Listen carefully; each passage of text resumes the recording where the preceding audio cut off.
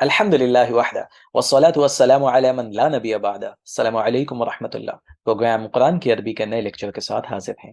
الحمدللہ پچھلے لیکچرز میں ہم نے لام تاکید اور انا کا استعمال سیکھا تھا کہ کس طریقے سے جملہ اسمیہ میں زور پیدا کیا جاتا ہے۔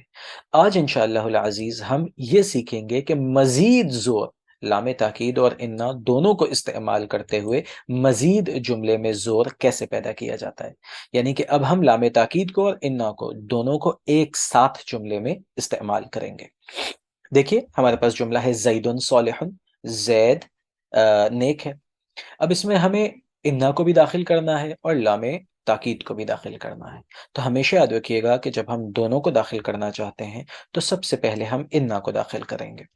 دیکھیے زیدن کے اوپر انا داخل ہو جائے گا اور صالحن کے اوپر لام تاکید داخل ہو جائے گا۔ لام تاکید کے بارے میں ہم جانتے ہیں کسی قسم کی اعرابی تبدیلی نہیں کرتا، لہٰذا صالحن پر کسی بھی قسم کی اعرابی تبدیلی نہیں ہوگی، اس کی شکل نہیں بدلے گی۔ انا اعرابی تبدیلی کر دیتا ہے، یعنی کہ جو مبتدا ہوتا ہے وہ اب انا کا اسم بن جاتا ہے اور وہ حالت رفعی سے حالت نصبی میں چلا جاتا ہے۔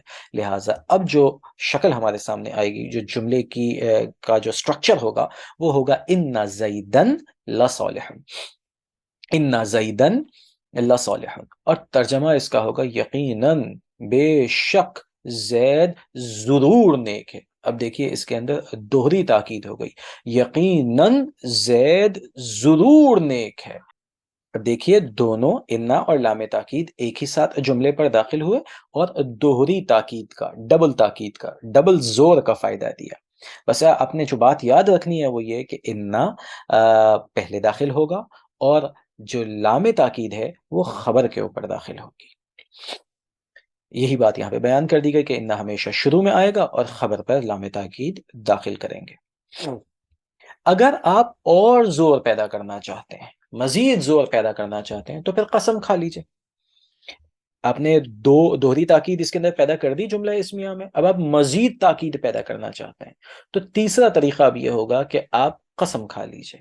آپ کہہ دیجئے واللہ، اللہ کی قسم، ان زیدن، بے شک زید، لصالح، ضرور نیک ہے۔ اللہ کی قسم بے شک زید ضرور نیک ہے۔ تو اب دیکھیے یہاں پہ تین طریقے سے زور پیدا ہو گیا جملے کے اندر، یعنی کہ اب اس کے انکار کی کوئی پاسبلٹی نہیں ہے۔ آپ نے قسم بھی کھا لی، آپ نے انا کا بھی استعمال کر لیا، آپ نے لام تاکید بھی استعمال کر لی۔ اچھا یہاں پہ ایک خاص بات ہے جو کہ یاد رکھنے والی ہے، وہ یہ ہے کہ ہم نے کہا واللہ ان زیدن لصالح، اللہ کی قسم بے شک زید ضرور نیک ہے۔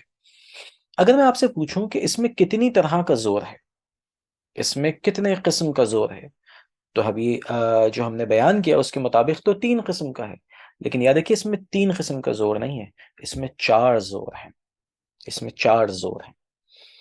ایک زور متکلم کا زور بھی ہوتا ہے۔ متکلم سے مراد کلام کرنے والے کا زور، کلام کرنے والی ہستی کون سی ہے۔ اگر یہی کلام ایک بادشاہ کرے گا تو بادشاہ کا خود اپنے کلام کے اندر ایک زور پایا جاتا ہے، لہٰذا اس کے اندر متکلم کا زور بھی شامل ہوتا ہے، کلام کرنے والے کا زور بھی شامل ہوتا ہے۔ تو اس بات کو ذہن میں رکھیے کہ یہاں پہ 4 قسم کے زور ہوتے ہیں، ایک متکلم کا زور، کلام کرنے والے کا زور، دوسرا قسم کی وجہ سے زور اور تاکید، تیسرا انا کی وجہ سے، اور چوتھا لام تاکید کی وجہ سے۔ اس کی بہترین اگزامپل سورۃ العصر کی ابتدائی آیات ہے۔ دیکھیے قرآن کریم میں اللہ تعالیٰ ارشاد فرماتے ہیں والعصر ان الانسان لفی خسر، زمانے کی قسم، بے شک انسان، سارے انسان خسارے میں ہے، گھاٹے میں ہے۔ اب دیکھیں یہاں پہ سب سے پہلے واو یہ قسم کا، والعصر۔ اب دیکھیں عصر کے نیچے زیر کیوں آئی؟ اس لیے کیونکہ واو حرف جر ہے، آپ کو یاد ہوگا یہ قسم کے لیے استعمال ہوتا ہے، اس لیے لفظ عصر کے نیچے زیر آ گئی۔ زمانے کی قسم کہ بے شک انسان، تمام انسان ضرور خسارے میں ہے، ضرور گھاٹے میں ہے۔ اب دیکھیں یہاں پہ سب سے پہلا زور ہے متکلم کا زور، کہ قسم یاد کرنے والی ذات کس کی ہے؟ اللہ رب العزت کی۔ اللہ تبارک و تعالی قسم کے بغیر بھی اگر کسی چیز کو ارشاد فرمائے تو وہ مؤکد ہوتی ہے، اس میں تاکید ہوتی ہے، اس میں زور ہوتا ہے۔ تو لہٰذا سب سے پہلے تو متکلم کا زور ہے، اس کے بعد پھر اللہ نے قسم یاد فرمائی ہے، پھر لفظ انا کا بھی استعمال ہے، اور پھر دیکھیے لام تاکید بھی اس کے اندر استعمال ہوئی۔ یہاں پہ ایک بات ذہن نشین رہے، اور یہ ادب سے متعلق ہے یہ بات، وہ یہ ہے کہ اللہ تعالیٰ کے لیے جب ہم لفظ قسم کو استعمال کریں تو ہم یہ نہ کہیں کہ اللہ تعالیٰ قسم کھاتا ہے، بلکہ ادب کا تقاضا یہ ہے کہ کہیں کہ اللہ تعالیٰ قسم یاد فرماتا ہے۔ انسانوں کے لیے ٹھیک ہے استعمال ہو جاتا ہے کہ اللہ تعالیٰ کہ ہم قسم کھاتے ہیں، میں قسم کھاتا ہوں، لیکن جب اللہ رب العزت کے لیے اس لفظ کو استعمال کیا جائے تو ادب کا تقاضا یہ ہے کہ یوں کہا جائے کہ اللہ تعالیٰ قسم یاد فرماتا ہے۔ تو اللہ تعالیٰ نے یہاں پہ قسم یاد فرمائی زمانے کی۔ اچھا اب دیکھیے اگلی اگزامپل دیکھتے ہیں، ان الابرار لفی نعیم۔ اب یہاں پہ صرف ہم انا اور لام ان دونوں کو جملہ اسمیہ کے اوپر داخل کر رہے ہیں، اور ایسی صورت میں ہم دیکھ رہے ہیں کہ کس طریقے کی اعرابی تبدیلیاں آ رہی ہیں، اور قرآن کے اندر یہ کہاں کہاں استعمال ہوا ہے۔ ان الابرار لفی نعیم، کہ بے شک نیکوکار، نیک لوگ ضرور چین میں ہوں گے۔ اسی کے بعد والی آیت ہے ان الفجار لفی جحیم، اور بے شک جو فجار ہوں گے، جو بدکار ہوں گے، لفی جحیم، وہ ضرور جہنم میں دوزخ میں ہوں گے۔ اگلی آیت دیکھیے، ان الشرک لظلم عظیم، کہ بے شک شرک، یقیناً شرک یہ ضرور ظلم عظیم ہے، بہت بڑا ظلم ہے۔ آج ہمارا جملہ اسمیہ میں تاکید پیدا کرنا، زور پیدا کرنے والا ٹاپک مکمل ہوا۔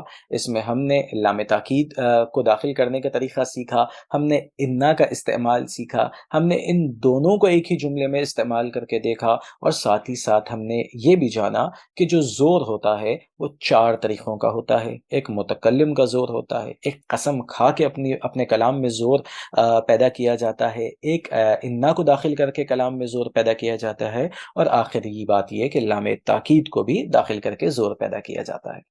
آج کے لیے بس اتنا ہی، انشاءاللہ نیکسٹ لیکچر میں نئے ٹاپک کے ساتھ حاضر ہوں گے۔ السلام علیکم ورحمۃ اللہ وبرکاتہ۔